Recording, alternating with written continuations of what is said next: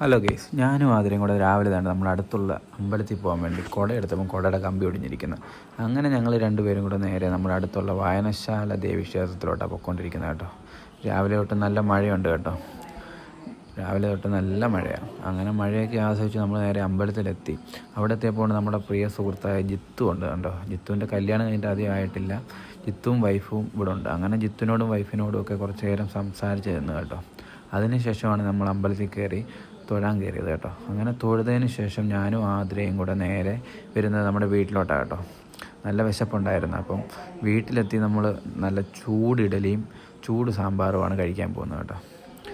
അമ്മ ഉണ്ടാക്കിയ നല്ല ചൂട് സാമ്പാറും ചൂട് ഇഡലിയും, നല്ല മഴയും കൂടെ ഉള്ളതുകൊണ്ട് സാമ്പാറും ഇഡലിയും കൂടെ നല്ല കോമ്പിനേഷനാണ് കേട്ടോ.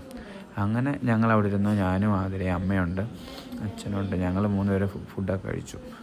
അങ്ങനെ അതിനുശേഷം നമ്മൾ നേരെ ചെങ്ങന്നൂരാണ് പോകുന്നത് കേട്ടോ. വീട്ടിൽ ചെറിയൊരു പ്രാർത്ഥനയുണ്ട്. അങ്ങനെ ഒരു മാല വേണമെന്ന് പറഞ്ഞപ്പോൾ ചെങ്ങന്നൂരുള്ള അശോക് ഫ്ലവറിൽ വന്നിട്ടാണ് നമ്മളൊരു മാല മേടിച്ചത്. അതിനുശേഷം നേരെ വിശാൽ മാർട്ടിലോട്ട് പോയി. ആതിരയ്ക്ക് എന്തൊക്കെ വേണമെന്നൊക്കെ പറഞ്ഞ് അവിടെ ചെന്ന് ചുമ്മാ കറങ്ങി നടക്കാനല്ല, വേറെ ഒന്നുമല്ല. അത് കഴിഞ്ഞ ശേഷം നേരെ ബുഫേ വന്നിട്ട് കുറച്ച് സ്നാക്സൊക്കെ വേണം കേട്ടോ. അങ്ങനെ അവിടുന്ന് അതും പർച്ചേസ് ചെയ്ത് നേരെ വെജിറ്റബിൾ ഒരു ഷോപ്പിലോട്ടാണ് വന്നത് കേട്ടോ. അവിടുന്ന് നമ്മൾ അത്യാവശ്യം വേണ്ട പച്ചക്കറികളൊക്കെ മേടിച്ചതിന് ശേഷം നേരെ നമ്മൾ വീട്ടിലോട്ടാണ് വരുന്നത് കേട്ടോ. വീട്ടിലെത്തിയപ്പോൾ ഉണ്ട് അമ്മയെ സാരി ഉടുപ്പിക്കും ആതിര.